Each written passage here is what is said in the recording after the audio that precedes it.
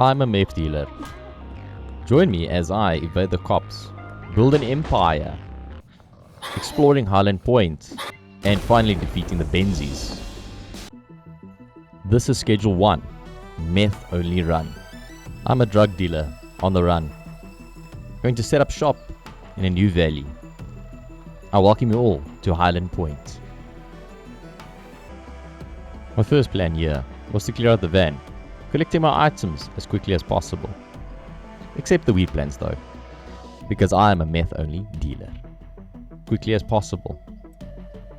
The payphone was ringing. It was Uncle Nelson, checking in to give me a bit of money to start my new venture in Highland Point. He gave me a few places where he left a bit of cash for me in the dead drops. Whilst collecting the money and exploring the area, I could see that Highland Point was going to be my new base of operations. A fantastic city, full of prospective new clients.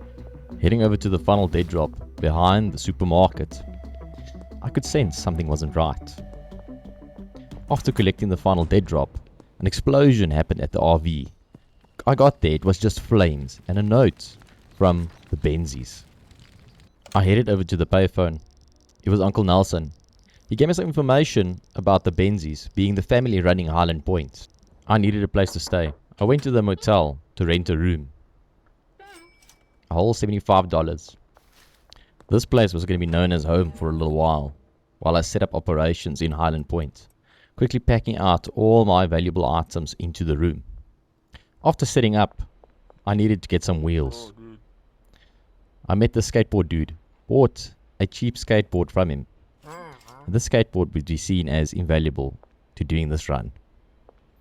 After struggling a few times to get into this room to get my money back from the skateboard dude, I eventually unlocked the door and pickpocket back the money that I paid for the skateboard, therefore gaining free wheels. Next mission, getting down to the sewers. The sewer required a key to gain access, but if you have got wheels, you can gain access pretty easily to them. To explore the bottom workings of Highland Point and to see if there was anything of value in this place. While exploring the sewers, it came clear to me that there was a lot of junk in this place. But surely there had to be something of value. Heading down the small corridor, I could see that there was some kind of operation being run in the sewers. Just around this corner, I found a room that belonged to the sewer king. But obviously with our skateboard we can gain access to anything we want. So let's see what's inside. Immediately finding the king of the sewers, and he wanted to roll. When getting into a fight, you always need to keep in mind, a good hook will take you around the block, but a jab will take you around the world. After knocking out the sewer king, I needed to check his pockets to see if they had anything of value. While struggling to turn him over, I heard a weird noise coming from the sewer king's room. It was his friend. He also wanted the smoke. So I quickly hit him with a 1-2 and sent him on his way. Chasing him down, he vanished around the corner. Heading into the sewer king's room, I could see a nice throne and empty cabinets, and obviously the payload of meth that I've been looking for to start this run. Right, let's leave the sewers before that little boy comes back for some more smoke. After leaving the sewers, it was time to go back to my crib, where I could put away the loot I found and put down a very special item, the sewer king throne. Now, sadly, you cannot sit in this. So I placed it, and then it never came to light again. As night came, it was time to introduce myself to Highland Point Police Force and to get some items. Maybe they had something in their pockets that could be of use to me. Squaring up with the first cop here, I hit him bonk. And the next one. After knocking out his friend, he started running. Whenever the cops tried to chase me down, there was a special place I could go to. Now, unbelievably, in this game, the cops cannot climb this small ladder. So if they are chasing you, you just climb onto this roof and watch the stars. After the heat calmed down, I decided to go check what this police officer was carrying on him. Immediately heading over, checking his pockets, I found a gun and some ammo. While trying to buy coke, the cops kept on pestering me. And I decided, you know what, let me just take a sip of this coke and I'm going to show them. First one, bang, out. And then the second cop, also out. Now it was time for the most difficult pickpocket in the game. Trying to search this cop, he started sliding down the stairs. When he finally came to an abrupt stop at the end, I could see he had a gun and a magazine on him. It had become a habit to search the cops to take their belongings because they had some value. Back at my crib, I decided it was time to pack some meth. The meth I found in the sewers. Just a few baggies so I can start building up a clientele in Highland Point. After packing the baggies, it was time to get my first client. I had to hand out free samples to get my client. So my first client was Chloe. I gave her a free sample, and you know what? She loved it. After handing out my sample, it was time to play some tag with the cops again. Hitting that cop with a 1-2. Some more cops rocked up and they also wanted the smoke. Tagging this cop from behind. It was clear to me that they're going to send someone that could handle the smoke. Finishing this cop with a jab, I decided to go around for one more round. Finally the cop sent someone I could square up with. After missing 2 hits, I decided, I'm out. I came back with my bat to collect some more donations from the cops' pockets. After beating all the cops and waiting it out, I decided to head over to the pawn shop, meeting McLubbin, and selling him a few legal cop items, and also the trash I found in the sewer, and some items from my RV that I won't need in future. Depositing my cash into my account, it was time to check my contacts to see what I needed to get to the dealers. I needed to visit Chloe, offer another sample, the sample being at a reduced price, to make sure that we build the connections we need to unlock the dealers. Another easy way to gain influence was to spray paint certain areas in town. Upon doing this, the cops saw me. So now I had to make a decision. I was trapped on this roof and I had to decide where am I going to go. To my better judgment, I decided to jump straight down and fight the cops, which obviously led to my arrest. In that case, losing, I immediately decided to take vengeance on the police force, knocking out this one police officer just to take his gun and going over to the next. And so the cops wanted the smoke. They were back on me. After almost being locked up again, I decided to go to the rooftops and have a shootout rather. It would be safer and an easy way to gain experience. This is a great opportunity for you guys to guess how many cops are chasing me at the moment. As you can see around the corner now, the whole police force was after me. After going to bed, I gained a substantial amount of XP for early game. Getting a few unlocks is absolutely essential. Like the Westville branch I unlocked as well, which gave me new customers and new dealers to unlock. I awoke the next day, took one of the meth bags for a sample, and headed over to Mick's pawn shop to sell the guns, or let's say the donations I got from the police force to grow my empire. I gave Nick one of the guns to see what price he would give me. Obviously on this day, Nick was giving out good prices, so I decided to sell off the rest of my donations. Thereafter I went back to Chloe to give her fix, so that I can unlock the dealers to distribute my product. On this attempt, I was given access to Benzie Coleman. That'd be one of the dealers there in Northtown. I went over to my new customer Meg, or well, let's say future customer Meg, and gave her a sample. There was a 56% chance. Let's see what happens. And obviously she decided she's not going to take it. Going to Benji, speaking to him, and finally making the deal so that he can be the dealer on my side of town. After the deal, I needed to set up which clients Benji will be servicing and giving them their fix or products. And this was done on the cell phone. I could allocate a max of 10 customers to him, so I allocated all the customers that were within his region. From all the kind donations from the police force and all the profits I made from their donations, I decided it was time to buy the bungalow, a new base of operation that we could use.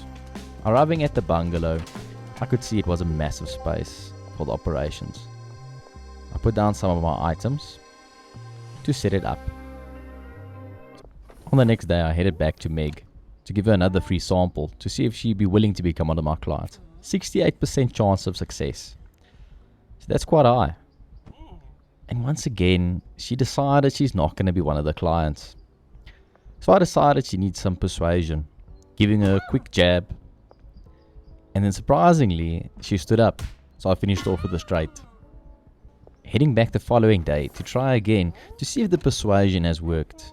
I give her the same sample she had yesterday. And lo and behold, what a bit of persuasion can do. She decided to become one of the clients. Moving over to Jeremy. He was my next client that I needed to impress. I had a free sample for him. I gave it to him. Once again, also a 68% chance. And let's see if Jeremy likes it. And it was clear to me Jeremy didn't like it. But you know what? I think a little bit of persuasion can't help. Skating around town, I met the cops. And I decided to give one of them a cheeky little hook. The cops were on me. But I felt safe.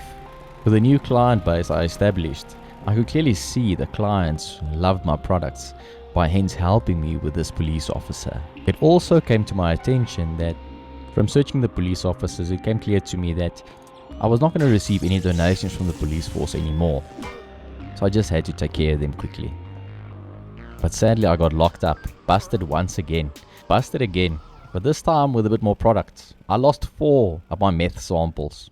From this came another pursuit to gain money. And that was robbing the shop owners and the people in the shops, which deemed quite profitable, except for this last altercation in Handy Hanks. Now, I could clearly see the police officers coming and nowhere to go. But, by some inhumane feat, I managed to escape the police officers. After doing my rounds, I decided it was time to visit Oscar to get some equipment to make some of our own methorations. So what we needed was a lab oven and a chemistry station. I went home to set them up. And this would be where the main operation would take place, where meth would be made for my future clients and to overthrow the Benzies. It started off small, but I had some product thanks to the Sewer Kings raid. Now to make some good meth, all you need is sulfur, acid and a pseudo drug, which I had after building up some connections inside Westville. Setting up the stations for the main operation. After setting up my 2 stations, I had to concoct my first batch. So here's the first mix, and I know how to make this meth great. The key ingredient is you throw in your sulfur and you leave the sulfur bottle inside there. That is the key to making the most addictive meth Schedule 1 will ever see. You then take your mix and throw it into a container. This container will be heated. This will turn into liquid meth, which must be boiled under certain conditions to turn into the liquid we're looking for. Going back to visit Jerry once again, to persuade him to become one of my clients, I gave him another sample. I waited for him to smoke it and to see if it will happen. And this time, it clearly worked. Looks like persuasion does work. I could see on my contacts app that I was one step closer to unlocking the dealer for the area. Back at home, the liquid meth was ready, pouring it into the lab oven to cook to become crystallized. It was once again time to visit Mick. On a Thursday, Mick gives special prices for items that you sell at the pawn shop. I was quickly getting my gun collection, or let's say police donation collection, ready to be sold off for the highest possible prices.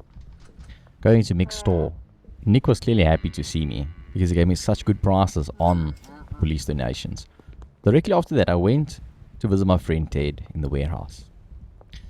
Now, Ted is a guy that has some special services that he sells, meaning he's like HR. He sells employees. I went up to him to find a chemist for my main operation in the bungalow. I employed the services of a chemist, somebody that can cook the meth while I'm out, and I needed a handler, somebody to do the packing and the moving of substances to the various stations while I was out, so the operation can carry on while I'm not there. After dealing with HR, I went over to Oscar to buy a new chemistry station and lab oven for the chemist to work on. Back at the bungalow, it was time to assign the chemist and the handler to their stations. The chemist would be in control of this whole corner of the operation, cooking liquid meth and baking it so it becomes crystals. After my first successful batch, I went to give Benji his first work. After the first successful batch, I went to give Benji his product so he can start selling to his customers.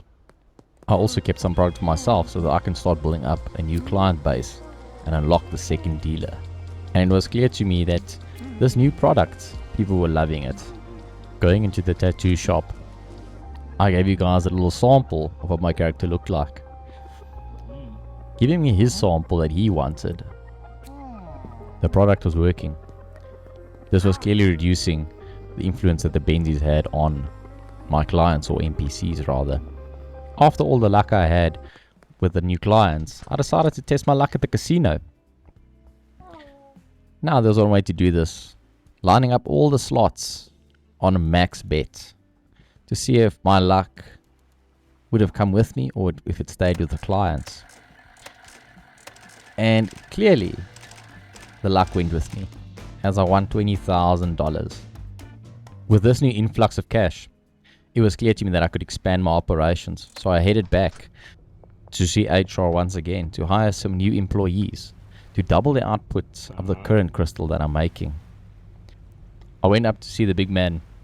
I decided it would be best for my business if I hired another chemist. You know what? Actually make that 2 chemists.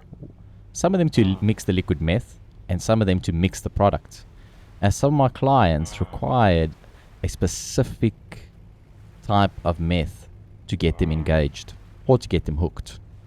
Running over to Oscar, I decided it was time with the new employees that they're going to need some work, so I bought some mixing product, phosphorus and acid, to create some more liquid crystal meth. I only had enough money at the time to buy the products to make the meth and not set up the second chemist, so I needed to go out and make a few sales. Selling at the middle of night gives you extra bonuses, so I did this a few times in order to visit Oscar again to buy the new chemist stations and lab ovens from him. Heading back, I finally unlocked the second dealer, Molly. I signed a contract with her. I paid her money and then came back to give her some of the product to start selling. Having a few dealers active already, the Benzies were seeing my influence. They decided to meet up in the parking lot of Taco Ticklers, where they demanded that I would give some of my product to them every week. There wasn't going to be any way that this was going to happen. They were threatening me to come after my small little empire that I have built up from the ground by only selling meth. They gave me a few options to choose from, and the option that I chose was clear. I refused the deal. There was no way that I was going to give up everything that I built up from the ground just for some Benzies. After refusing the deal, it became official that they were hostile towards me and my dealers.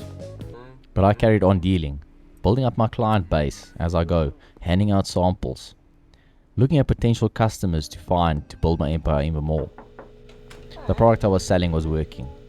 I could see the Benzie's influence go down with each new customer that I got. With the customer base growing came an influx of cash. Therefore, I needed to expand operations at home base at the bungalow. As you could see here, I had a bunch of workers already set up to now expand my operations and make better products. With the growth came some adverse side effects. Not the money, but the sudden attacks from the Benzies. As you can see here, 2 Benzie members tried to take me down. But it was simple. 2 straight jabs, down they go. This guy came pretty close to knocking me out.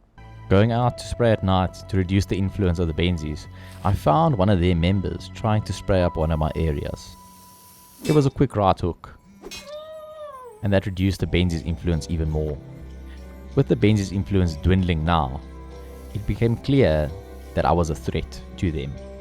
And to become an even bigger threat, I decided it was time to start mixing products, to get some products with them some adverse side effects. Handing out the new product to build up the client base even more. Now this only had a 44% chance of success, but I deemed it as the Ultimix. And people loved it.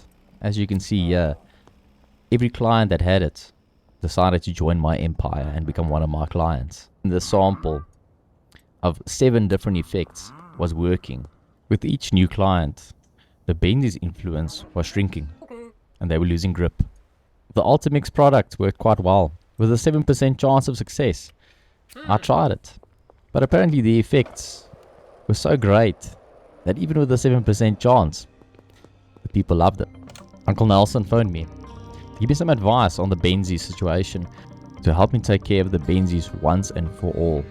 Because according to Uncle Nelson, they were not going to stop pestering me or trying to ruin the empire I've built in Highland. He told me that the Benzies were holed up in their manor, and he told me I needed to speak to Sam. Sam could help me set up a bomb so that I can once and for all dispose of the Benzies. I immediately headed over to Sam to find out what he needed from me to create this tunnel under the manor so we can set up the bomb. Sam told me he needed $10,000. After speaking to Sam, I went over to Alex to find out what he needed. Alex was a bit more of a constraint. He wanted cocaine. To be exact, 20 pieces of cocaine, which would be a big ask since I only make meth. But for him I needed to make a plan and buy the setup to do this. Heading back to Oscar, the only person that could sell me this equipment, to speed run the cocaine process. After buying the items from Oscar, the next mission was to find someone who could hook me up with a cocoa dealer. Luckily I found this Mohawk guy, and apparently he knows a guy, so he gave me the number, and I cleared off this Benzie scum from the wall. Heading back to Sam, I could give him his $10,000, but the 20 cocaine pieces had to wait a little bit longer. After planting the cocoa trees, it was a matter of time. I needed to wait it out. After the cocoa trees have grown, I needed to dry out the leaves and bought a cauldron to make the first cocaine mix. Now, the secret to some good cocaine is simple. You take the gasoline can and you put it in, and you leave it in the cauldron, and then you start the machine. That is the key to highly addictive cocaine in this game. With the first batch now done, I could retrieve the 10 pieces of cocaine. Now this needed to be put in a lab oven. So once again, opening up the oven, putting in the pieces, and then baking it so it can become cocaine. Heading back to Alex with his cocaine pieces, it was time.